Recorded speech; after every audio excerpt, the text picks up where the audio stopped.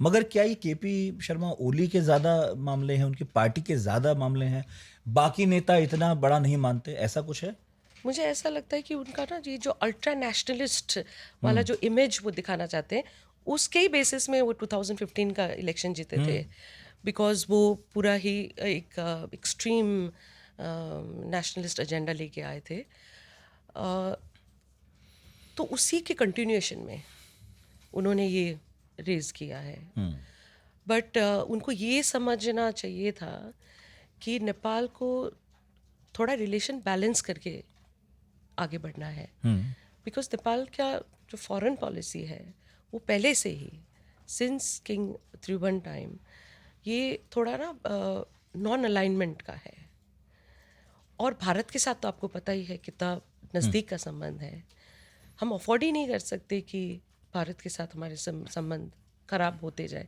और वो दिखाई दे रहा था मिस्टर ओली के टाइम में कि हमारा संबंध ठीक नहीं हो पा रहे थे। तो ये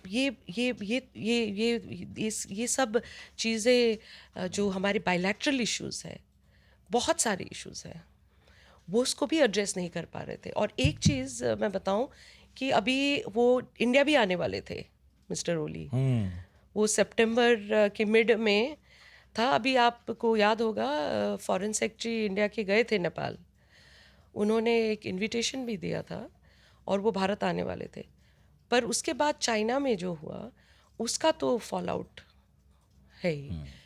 वो जैसे वापस आए वो विजिट पुट ऑफ हो गया। तो ओली जी के तो इंडिया के साथ इतने अच्छे संबंध नहीं थे because of his ultra nationalist और संबंध तो नहीं थे। और अब जो कुछ हो रहा है, जैसे हमने देखा बांग्लादेश में, पहले श्रीलंका में, तो श्रीलंका में तो राजपक्षे जो है निकल गए थे दुबई की तरफ कहीं। हसीना यहाँ आई थी इंडिया में। केपी शर्मा ओली के बारे में क्या प्रेडिक्शन चल रहे हैं? नेपाल से निकलकर कहाँ जाएंगे वो? ये तो बिल्कुल नहीं बोल चॉपर्स तो सकते। खड़े हैं। चॉपर्स खड़े हैं। वो अभी क्या सिचुएशन है कि आर्मी ने, नेपाल आर्मी ने ये जितने भी लीडर्स हैं उनको एक प्रोटेक्शन जैसा उनको दिया हुआ है। अब हमें बिल्कुल नहीं पता है कि प्रचंड कहाँ है, ओली देवबा कहाँ कहाँ है। है?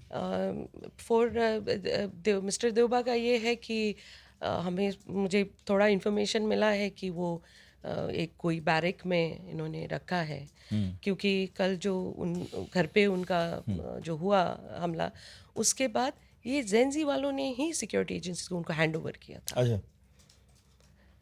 तो ये अब अभी तो it's completely under they are under army protection. अब ओली जी कहाँ जाएंगे, उनके पास क्या ऑप्शन है? क्योंकि भारत मैं इसलिए पूछ उनको रहा हूँ एक्सेप्ट कि करेगा जब नहीं कभी ऐसा करेगा। होता है, हमने अफगानिस्तान में भी देखा, बाकी जगहों पर भी देखा, तो हमेशा ये उस नेता के लिए भी एक बड़ा प्रश्न होता है कि मैं कहाँ जाऊँ। और ये उन देशों के लिए बड़ा प्रश्न होता है जिनसे ये कहा जाता है कि मुझे आने दीजिए। तो शरण देना इतना आसान बात भी नहीं है। एक डिप्लोमेटिक स्ट्रेन, फिर मतलब अब नेपाल जैसे देश के साथ, जिनके साथ पिछले एक दशक से संबंध उतने भी अच्छे नहीं रहे किसी भी कारण से, वहाँ, और वो भी केपी ओली का मामला जो हमेशा भारत को लेकर उनका मूड बहुत अच्छा नहीं रहा। तो भारत की सरकार के सामने हमेशा चैलेंज होगा कि अगर ऐसा कोई आग्रह आ गया तो इसका करना क्या है, क्योंकि जो नई सरकार आएगी पता नहीं वो ओली को लेकर क्या सोचती होगी। बट ये हमें ये देखना चाहिए, भारत ने हमेशा जितने भी पॉपुलर अपराइजिंग हुआ है वो तो नेपाली जनता के ही फेवर में बोले हैं। और जो एक मेजॉरिटी ओपिनियन, उसके लिए इंडिया ने हर पॉलिटिकल चेंज में नेपाल में एक वाइटल रोल प्ले किया है। ये तो हम नहीं भूल सकते कि India has to be for the people's voice in Nepal. Statement भी आया है, पीएम मोदी ने बोला है कि कितना उनको दुख हुआ है इस ये घटना से। और एमईए का भी स्टेटमेंट आया है। As a Nepali I would say कि थोड़ा ज़्यादा स्ट्रांगली कंडेम करना चाहिए था, बट शायद भारत थोड़ा इसको कॉशियसली देख रहा है, बिकॉज सिचुएशन बहुत लेकिन फ्लूइड है। भारत के लिए एक फ्रेश अपॉर्चुनिटी हो सकती है। नेपाल के साथ अपने रिलेशंस वो कैसे रखना चाहता है?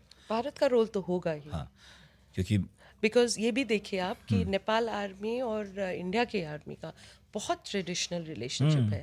और चाहे कोई भी कुछ भी बोले इस बात पे, ये हमारा दो आर्मी का बहुत ही क्लोज रिलेशनशिप है। वो बाहर के देशों के साथ जॉइंट एक्सरसाइजेस कर सकते हैं, बट जो भारत के साथ नेपाल आर्मी का वो है।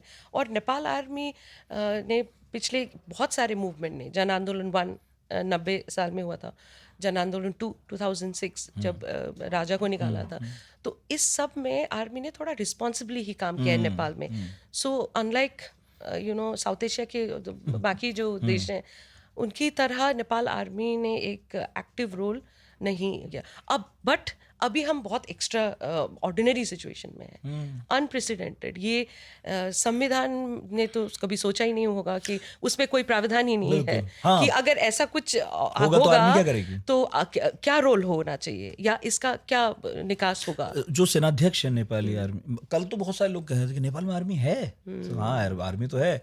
तो जो सेनाध्यक्ष हैं वो किस तरह के व्यक्ति हैं, कुछ आइडिया है? जैसे कोई सेना के अध्यक्ष को होना चाहिए। थोड़ा इंटरनल क्रिटिसिज्म तो हुआ है कि आर्मी ने थोड़ा जल्दी कर सकते थे कल जो हुआ। और